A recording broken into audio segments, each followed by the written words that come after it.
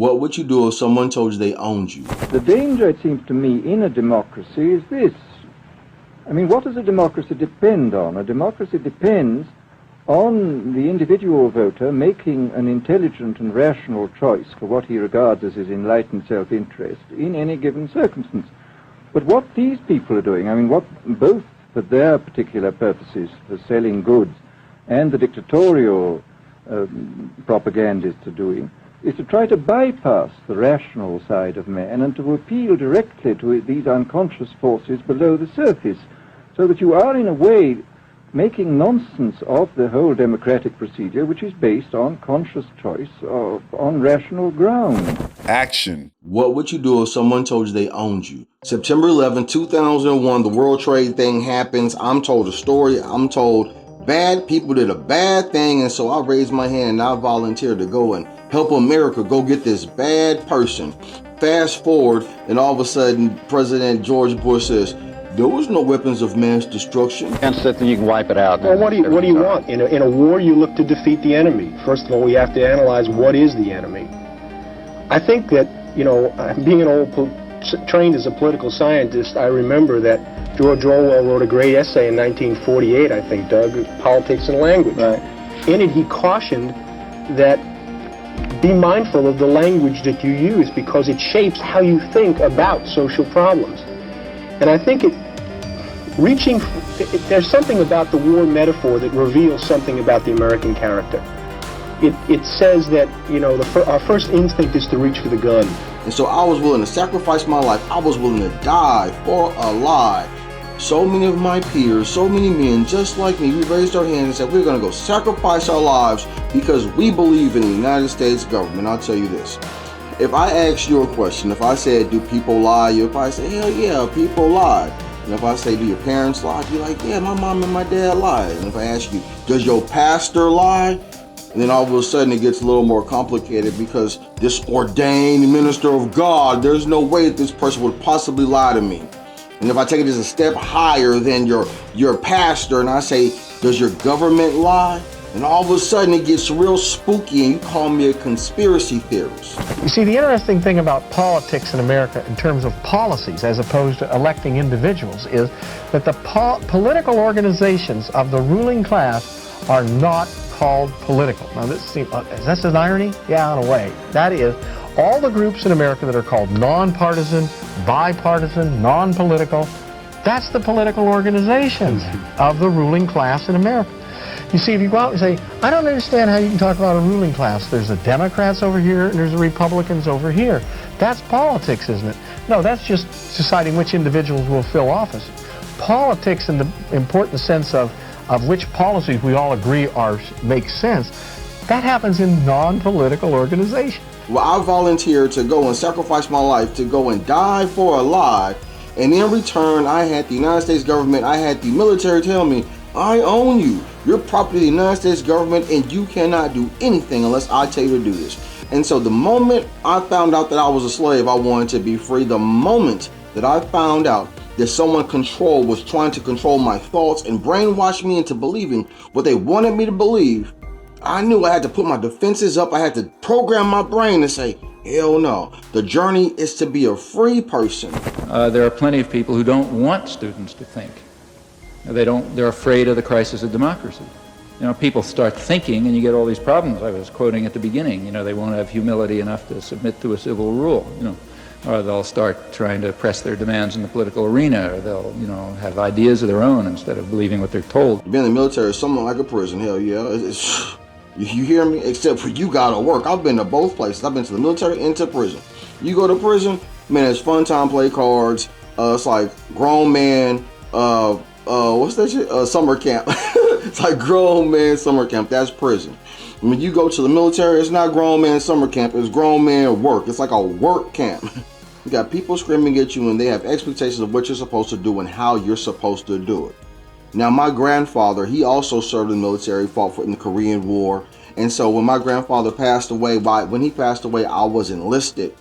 And they told me that I couldn't go to my grandfather's funeral. And I was like, wait a minute. Like we weren't even doing anything. We were playing war. We were doing military drills. And they told me I was an essential a member of my division. I was an asset to my division, was the reason why I couldn't go to my grandfather's funeral. And when they told me I couldn't go to my grandfather's funeral, you just have to just start wrestling with ideas. I signed up to fight for freedom, and because of this decision, I no longer have any freedom. And then I had to think about what is freedom and what is the cost of freedom. That's what life without purpose and a goal does to you as well, because life is very hard. So you think, okay, well, I need to adopt a mode of being that would justify my suffering. And you can ask yourself that question. What would make this worthwhile? I quote Nietzsche, I think in that chapter, he said, "He who has a why can bear almost any how." That's a lovely line, man. I mean, it's a lovely line. As soon as that happened, I had to go. I had to go. I had to do whatever was required to get free. And then from that experience, I started looking at the world around me. I started looking at the information that was given to me. I say that very specifically. The information that was given to me, we receive information as very few people actually create information. Very few people create the ideas that you instill in your brain and thoughts that you have. Hell no, everything that you believe, someone told you. Your mama told you, the school told you, the church told you, the government told you. We are the most illusioned nation on the planet, that we have become utterly disconnected from who we are, what we represent, and where we're going. And replaced it with fantasy. Someone gave you these ideas, and I'm just like, the pursuit of freedom is to ask, why did these people lie to me? And then when you ask the question, why did my parents lie to me? Why did the church lie to me? Why did the school lie to me? Why did the government lie to me? Then you can either get angry or you can get honest. And I wanted to get honest. And so now, man, I think YouTube is probably the most powerful tool the world has ever seen, because we can have honest discussions about our perspective on the things that have happened in our lives. If you've never served in the military, if you've never been to prison, then it's hard for you to have my frame of reference. If you've never been served in the military, been to prison, and been to college, then it's hard for you to have my frame of reference of how these institutions use ideology to control you. To control you. Hell yeah, you're a slave right now. You don't even know that you're a slave right now. And then when I tell you that you're a slave right now, you get angry inside yourself like the exact same way that I got angry when the person told me in the United States military, Petty Officer Blue told me that I own you. You're a property of the United States government, and you can only do what I tell you to do. Engage in warrantless wiretapping and eavesdropping of American civilians. Live through a Banana Republic 2000 election where, unfortunately, this state contributed to the theft of the Democratic vote, and yet describe ourselves as the greatest democracy on earth, a democracy that abrogates the right to impose its virtues on others by force. And these people can make you do terrible things. These people can make you do anything. When I say anything, I mean I've seen men in uniform do some terrible things to other human beings. And so I just think about history. And I know the biggest buzzword in history, you say Nazi, and everybody, ooh, it's terrifying, Mufasa, you know what I mean? It's just the nastiest, most scariest word in the history of the world. But when you think about like what power is, and when a person lies to you and they capture your brain and they tell you that they own you and you have to do everything they tell you, then it's easy to see how a soldier will go and commit atrocities and take out innocent people. We have built a system of unfettered capitalism, which has turned everything from human beings to the natural environment into commodities for exploitation until exhaustion or collapse. Man, September 11th changed the way that I saw the world, because they said that some bad people did a bad thing. These bad people, they executed like, I don't know, it was like over 3,000 American citizens. And for those 3,000 American citizens, we fought the longest war in American history. We lost 10,000 American soldiers. We had like 1 million American soldiers wounded. And we terminated like 1 million brown people because of a lie. Because of a lie. And so when you look at history and you see how your nation lies to you, and you see how the news lies to you because they want you to believe that you're doing something good, then you look in the mirror and you realize, man, I was doing bad things.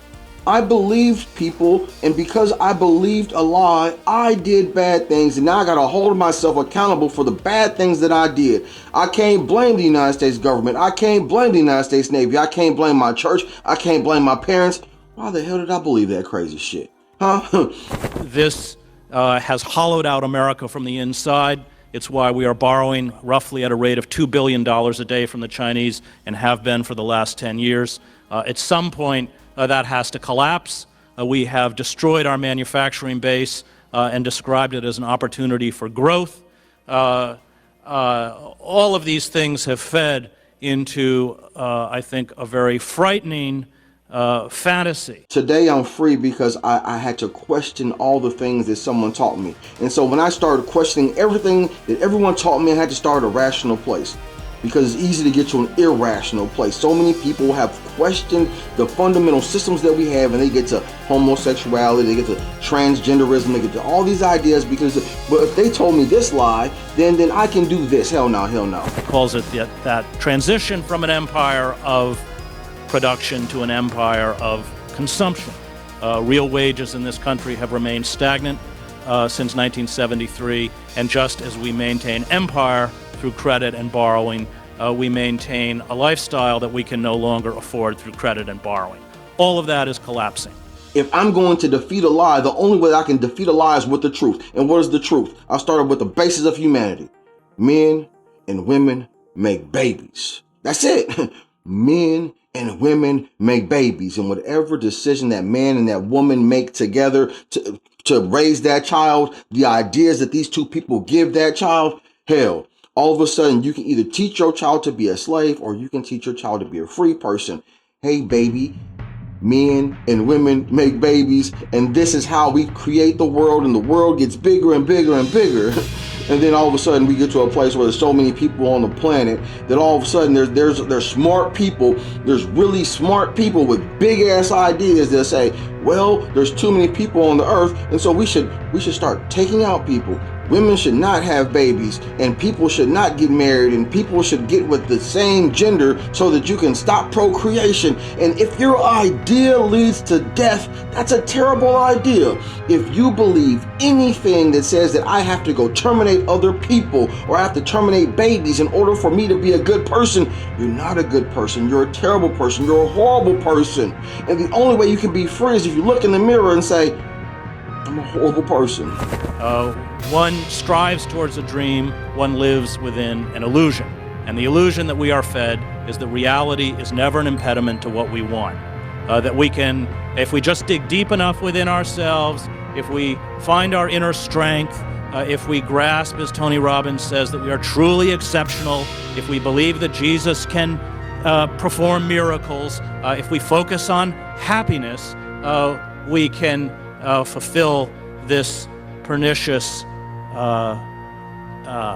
psychological idea among consumer culture that has sort of instilled massive consumption as a kind of inner compulsion. I believe horrible things. I've never had an original thought in my mind ever. All I do is consume and regurgitate shit that people say to me, and I want to be free. It's like AA. It's like AA for revolutionaries. You got to raise your hand and say, I'm a bad person. I make bad decisions. I have bad thoughts, and I want to be free. And the danger of illusion is that it allows you to remain in a state of perpetual childishness, infantilism. And as that gap opens up between the illusion of who we are and the reality, the foreclosures, the bankruptcies that are caused by the inability to pay medical bills, the collapse of empire, we are unprepared emotionally, psychologically, and intellectually for what it is that is about to confront us. The only way that you can ever accomplish a goal is to acknowledge the thing that you want. You have to set the goal. I want to be a free person. But what's the cost of freedom? The cost of freedom is you're going to think thoughts that no one else thinks, and then you're going to look crazy because you're going to be like, well, those bad people did those bad things, and so then I had to go and create one of the most terrible atrocities in the history of the world. 1 million brown people. The United States executed these people. I signed up, volunteered to go execute millions of people. Why? Because I believed a lie. Instead of believing I want to be a free person, I want to do good things and hold government accountable, hold the church accountable, hold all these liars accountable by telling the truth. The most basic fundamental principle of all of humanity. Men meet ladies and have babies. If you go anything outside, and if you get to anything outside of that is death, Anything outside of that is death. When the wolf finally bays at the door, when our house is foreclosed, when the unemployment insurance runs out, then you react if you have remained in a state of illusion, as a child reacts. You search for a demagogue or a savior who promises moral renewal, vengeance, and new glory. They made you big promises before every election, and then the moment they got to Washington, they abandoned you and they sold you out. The Democrat Party used you and they lied to you every single time. You know it better than anybody else knows. I want life in abundance. I want to see you have life in abundance, and the only way that you can do that is to embrace your power as the most powerful citizen in the history of the world, and to use the most powerful tools in the history of the world to tell the most powerful truth in the history of the world. The only thing that matters is life. The only way that one can speak about hope is to break free from a non-reality based belief system, to begin to speak in a new language of humility, to accept a lifestyle which frees itself from profligate consumption and endorses a new simplicity. The greatest American alive. The greatest American alive. The greatest American alive. The greatest American alive. The greatest American alive.